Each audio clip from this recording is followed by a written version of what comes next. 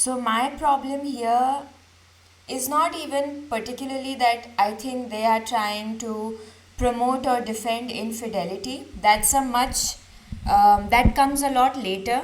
But here's what I think. I think, and no disrespect to anyone involved in this conversation, I think when people think in very broad strokes, when they think in terms of ideas, they do not understand the execution of those ideas.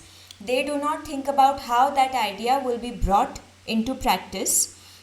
So I think these two ladies and the guy from a very individualistic point of view is saying that they would be less hurt if their partner came and told them that their partner had had sex with someone else versus their partner coming and telling them that their partner is emotionally feels intimate with someone else from a very personal perspective.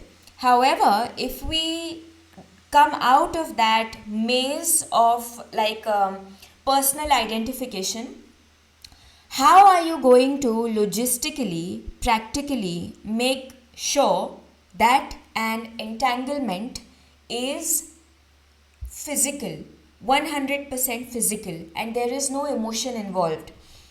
How are you going to, once you say to someone that you are allowed to step out, first of all, you obviously cannot step into the mind of your partner who's stepping out to understand. Your partner can basically come and tell you exactly what they think they should tell you in order to keep you around. So the next best strategy is that you create some kind of a like an Excel sheet, right? And in that Excel sheet, you, every time your partner has a little fun time with someone, you ask your partner to bring the Aadhaar card copy of this person that they have had sex with, so that you can write their name, the first name, the last name, the address. Yeah, these three, because first and last names can be similar for many people. Multiple people can have the same first and last names. Now you program that Excel in a way that if the same person appears more than thrice, then that Excel will highlight that value, the name of that person. So if your partner goes to the same person more than thrice, then you know something's wrong, kuch to gadbad hai. And then you can assume that maybe something more is happening. But mostly what you should do in order to make sure that it's entirely only physical is you should ask your partner to be a psychopath who goes hunting out for new men or new women every night or the nights that he or she wants.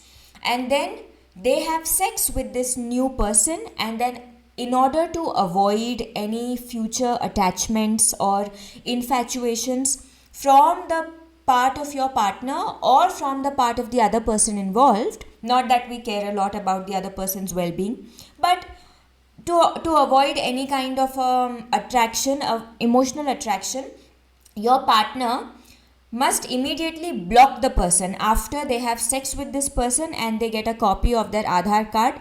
This person should be immediately blocked. So this is a very good way to make sure that cheating is only physical, because it is such a beautiful quality in a partner romantically that your partner is able to completely objectify another human being and get intimate with them while having zero emotion towards that human being as a person.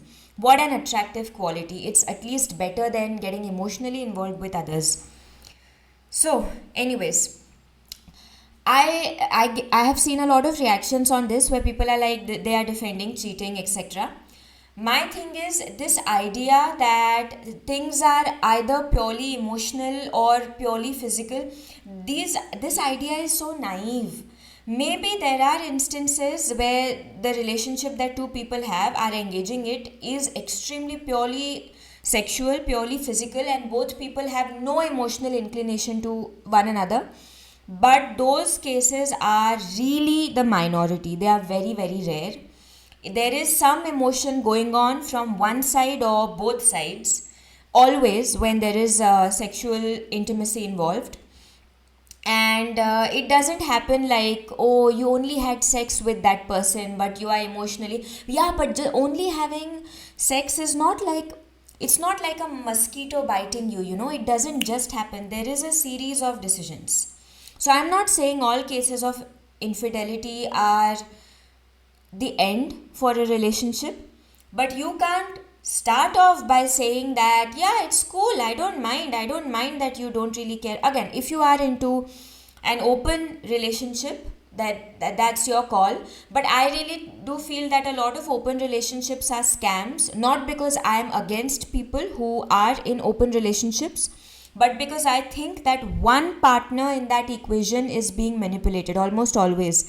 Either that partner is not emotionally strong enough to understand, or they are just being manipulated. In this show, in another episode, they had asked, are open relationships the future? And one of the ladies had said she believes that they are, but my opinion is different. I think in our generation we were just opening up, we were just warming up to the idea of dating. So we were pretty clueless and we were far easier to manipulate, right? So if this is your first relationship and you are really crazy about the guy or the girl, but the guy or the girl is manipulative, they can come to you and they can be like, hey, I really care about you, but I would like you to open up this relationship. And when you say no, they are like, you are just not as smart as I thought, or you're just not as open minded. We were easier to manipulate because we had lesser experience with these things.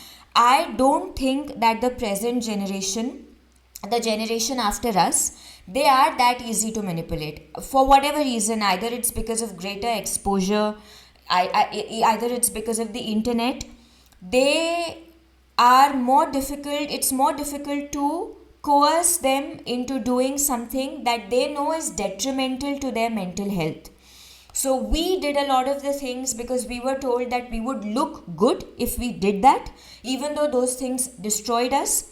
I don't think the newer generation is like that, and I could be wrong, but this is my observation, and it makes me happy that they are not like that. It makes me happy that they don't make decisions that are clearly, that involve them going against their own well-being in order to be called open-minded, or in order to be called good or kind by someone. So yeah, it's a very incredibly naive idea that things are, can be really only physical or emotional. Let's say you are just okay, you only want sex, but even under that scenario, when you are going to someone, there are very few instances where you can go to someone and say, listen, I don't really care about you and I just want to have sex with you. Can we go? And then that person agrees and both of you are incredibly on the same page.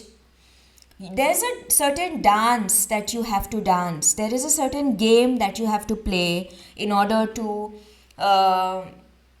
reach that point where you are going to have sex with someone. You are going to show interest in them. You are going to show interest in their life story. You are going to make them feel safe. At least if you're a very creepy woman or a man, you will pretend to make them feel safe. There is a certain connection that you are building in order for you to reach that point where you are going to be close to a person.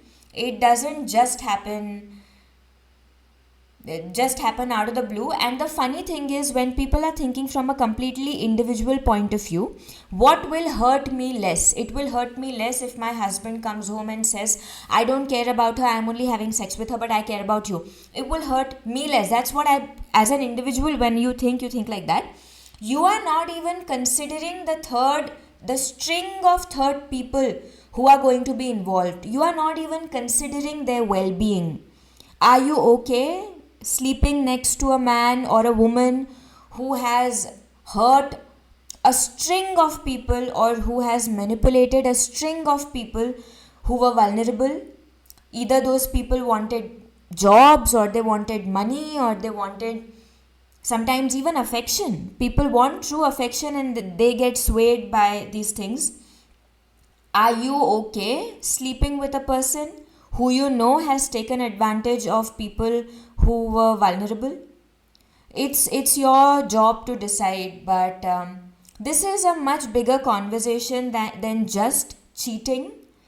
I think our understanding of human beings is very naive.